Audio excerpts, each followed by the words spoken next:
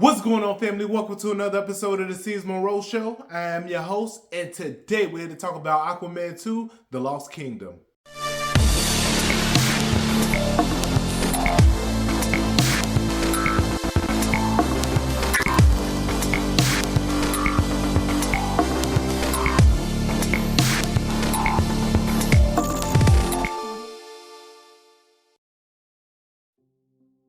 Now, before we get started, I wanted to say two things. First, I wanted to say that Disney's decision to drop Jonathan Majors was total bullshit. And honestly, if you look up the charges, it's not what the media is making it out to be. And secondly, I miss you guys. So let's get back to the regularly scheduled programming. Walking into Aquaman 2, I knew I was going to be disappointed for a few reasons. One, I forgot this movie was even coming out this week. There was no advertisement. That just meant that Warner Brothers didn't really care too much about it and knew that it was going to fail. Secondly, the actors didn't care too much about it because they were talking down about it before the movie even hit theaters. And thirdly, the first movie was terrible, so I kind of knew that this was just going to fall in that same realm. But honestly, I feel like this movie was even worse. How do you do that? Well, let's go down a list of things, shall we? Terrible jokes, terrible acting. And let's be real here. I'm not looking for great acting from Jason Momoa. He's just in the realm of those actors that they put there for eye candy, you know, the Channing Tatums of the world. Michael B. Jordan. Well, Michael B. Jordan has turned that curve, right? He's actually a good actor now and a great director from his first directional debut. Shout out to Creed 3. But other than that, it's like, I don't know why you have this man on screen for this amount of time. There's really nothing there. There's no substance. You can't grab on anything.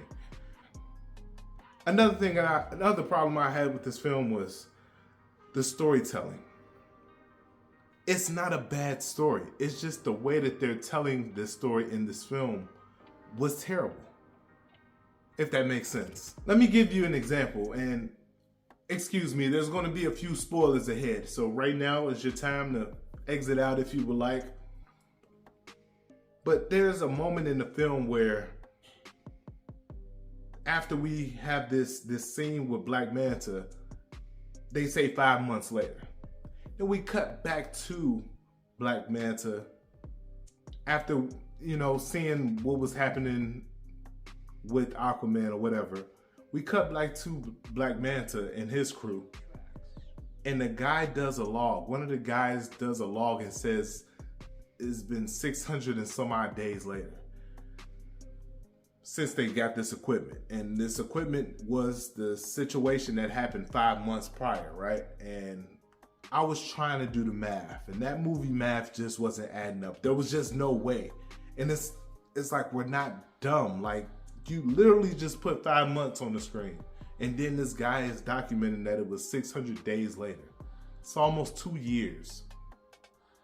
Like, it wasn't adding up. Another issue I had with the film is trying to tell a story of the ancient Atlanteans, and they didn't give any backstory to it. Like, at the beginning, that's when you kind of want to explain these things.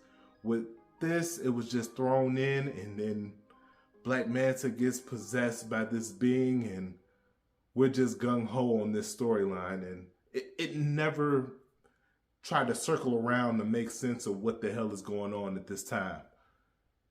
Those are the things I have problems with. Not saying that this movie needed to be 2.5 hours. No, but again, you can't just throw shit in a movie and expect everyone to be like, all right, I'm with it. Even if you catch on.